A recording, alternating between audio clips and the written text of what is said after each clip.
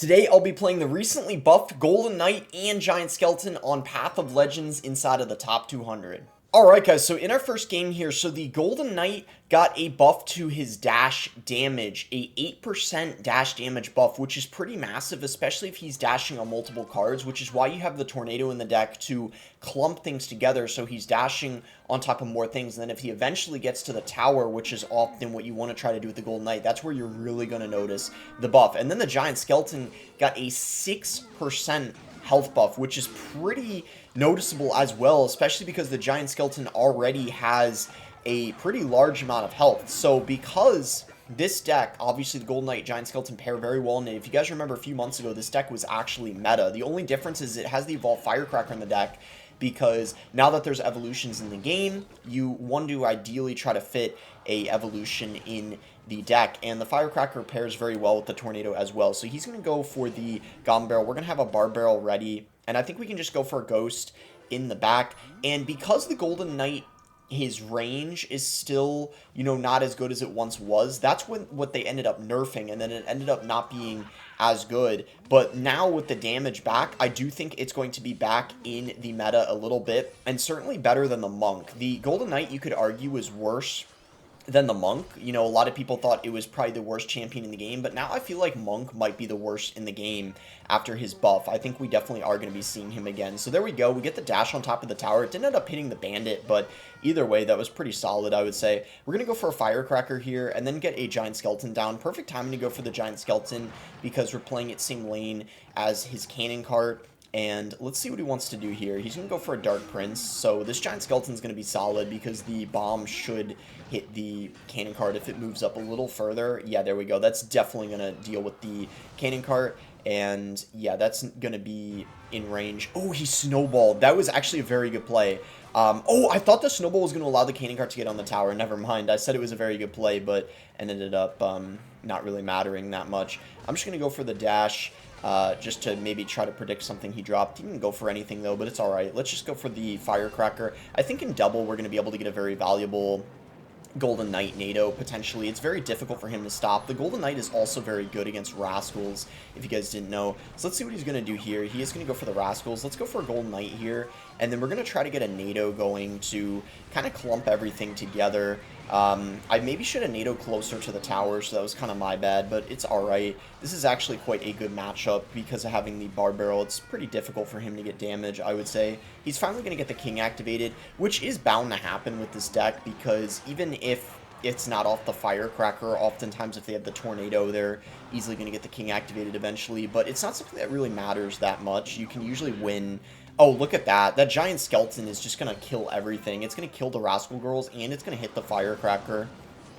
Unfortunately, oh, nice. I dodged the rocket. That was really good. That was a really good Golden Knight dash. I'm really happy about that. The only thing is him having the Dark Prince. I realize that's going to make things a bit challenging for sure. Let's try to get a Giant Skeleton in front here of the Firecracker, and then go for a Royal Ghost to deal with the Princess. And let's see, this match is going, I guess, okay. That Firecracker got a lot of chip damage. That was really clutch. So I don't want him to rocket the left lane where he has more damage. That's why I'm being pretty...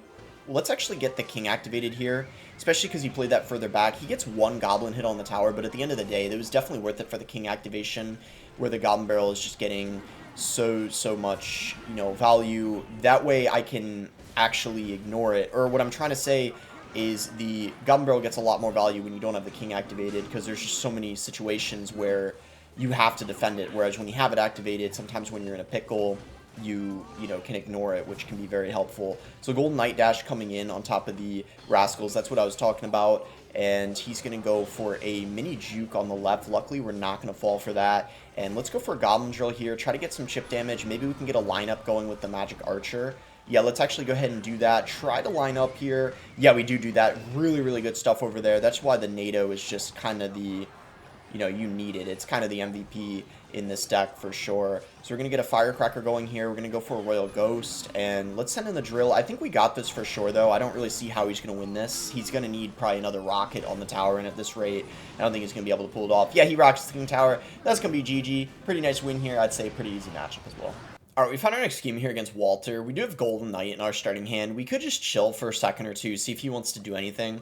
I guess I'll just go Bar Barrel because he went for Archers. So the Golden Knight is also pretty solid against the Archers, I have to say. Kind of like it's good against the Rascals. Oh, and it's also really good against Goblins. So like decks like these is where it's really getting a lot of value, where they have like a lot of just kind of units that are pretty weak and die to the Golden Knight dash. I guess that's the best way to put it. We could probably get a really nice NATO here on top of this Lumberjack. It doesn't even need to be at its full health because it drops the rage, so it doesn't need to hit the king. It just needs to have enough for it to actually drop the rage on the king tower, as you saw. So I think we'll go ahead and drill here, especially because he went for a delivery. It's pretty good timing, in my opinion. He's got the Little Prince. I feel like the Giant Skeleton is actually really good against the Little Prince, and it's also really good against the Archer Queen, which recently got buffed. Like, it's just a perfect thing to play in the same lane. So I think Giant Skeleton, without a doubt, is going to be very decent in this meta. I mean, I think the Golden Knight is going to be too, but the Giant Skeleton potentially even more so. But I guess only time will tell. So this is all going to kind of go down here. I'm going to get a Ghost going. I think this is perfect to get a Ghost going in front because we have that Giant Skeleton still kind of on the back end, and the bomb is just going to kill whatever he dropped, as you saw. So I haven't gone for a Firecracker yet. Sometimes it's fine to wait to use her just because of the potential king activation. So it's good to have other things coming in with her. So that way you don't have to worry, or it's a lot harder for them to get the king activated. I guess that's the best way to put it. So here we can go for a Firecracker. And then I'm going to go for a Goblin Drill because he just used the... Ooh, this is interesting. I was kind of tempted to... Oh, the dash. I didn't get it down in time. That was kind of sad. I don't know. Yeah, wow. That kind of sucks. Not gonna lie. I didn't get the... It's alright. But, yeah, that was a little unfortunate. It would have been the perfect opportunity to see if it would... I was actually curious. Does the Golden Knight dash deal enough damage to kill an Evo Archer? I actually don't even know. I genuinely don't know. I guess maybe we'll find out at some point if there's another opportunity to do that. So, okay, I was wondering what the heck this guy's win condition was, and it was the balloon, so it's actually very nice we did get that king activated. He's gonna freeze, but to tell you guys the truth, I feel like it's... I don't know, that freeze was a little bit... I don't know, it's just a little aggressive. I don't know if he's gonna be able to deal with this now. Like, this is just insane. Like, Magic Archer coming in. Yeah, I didn't even get good value out of my, like, dashes, but we're still just able to win here with ease. We're going to go for the Evo Cracker here. And, okay, he goes Balloon in the back. I mean, at this point, I don't really know. Yeah, this is looking pretty much like a wrap. By the way, let me know what you guys thought about Path of Legends instead of Trophy Road. Do you prefer this, or do you prefer Trophy Road? This was kind of an off-meta deck, to be fair, though, kind of like you'd see on Trophy Road. Anyways, hope you guys enjoy the video. Give this deck a try.